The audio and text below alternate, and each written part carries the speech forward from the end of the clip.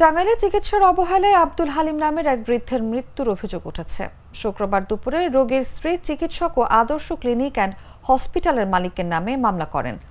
ঘটনা থেকে চিকিৎসক ও হাসপাতালের স্টাফরা পলাতক। আব্দুল হালিম টাঙ্গাইল সদর উপজেলার দেলদুয়ার উপজেলার মাহমুদপুর গ্রামের মৃত আহমেদ আলীর ছেলে।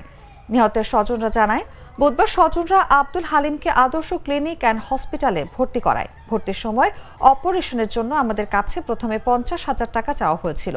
পরে আমরা 20,000 টাকা দিয়ে ভর্তি করি। বৃহস্পতিবার সন্ধ্যায় তাকে ক্লিনিকের অপারেশন থিয়েটারে নিয়ে যাওয়া হয়, কিন্তু 2 ঘন্টা পর জানানো হয় আব্দুল হালিমের মৃত্যু হয়। এদিকে রোগীর মৃত্যুর পর রাতে জেলা ক্লিনিক মালিক সমিতির নেতৃবৃন্দ দফা রফা করার জন্য বসেন, কিন্তু দীর্ঘ বৈঠকের পরেও কোনো সমাধান হয়নি। জেলা deputy civil surgeon doctor Azizul Haque জাগো নিউজকে বলেন, ওই ক্লিনিকের বৈধ লাইসেন্স নেই। এ নিয়ে তদন্ত কমিটি গঠন করা হবে।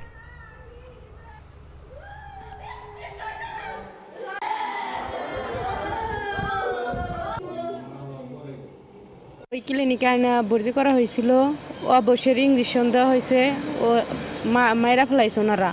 রোগীটা যেহেতু কোনো সার্জারি, কোনো অপারেশন করা হয়নি এবং কোনো মেডিসিনও প্রয়োগ করা হয়নি, সেই জন্যই আমরা এইটাকে আমরা সঠিক যে রোগী এটাকে কার্ডিয়াক অ্যারেস্ট নাকি এটা প্রেশার ফল যেটাই হোক না, সেই জিনিসটা আমরা আপাতত আমরা এখন আপনাদের সুনির্দিষ্ট তথ্য দিতে পারছি না।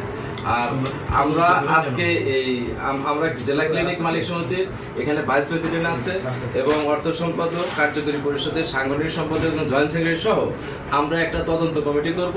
তদন্ত কমিটি করে তারপরে আপনাদের মূল প্রতিবেদন আপনাদের কাছে। বান্ডেল থাকলে প্রতি সেনমানিতে টাকা বাঁচবে। বিকাশ সেনমানি বান্ডেল কিনে জিতুন প্রতি লেনদেনে।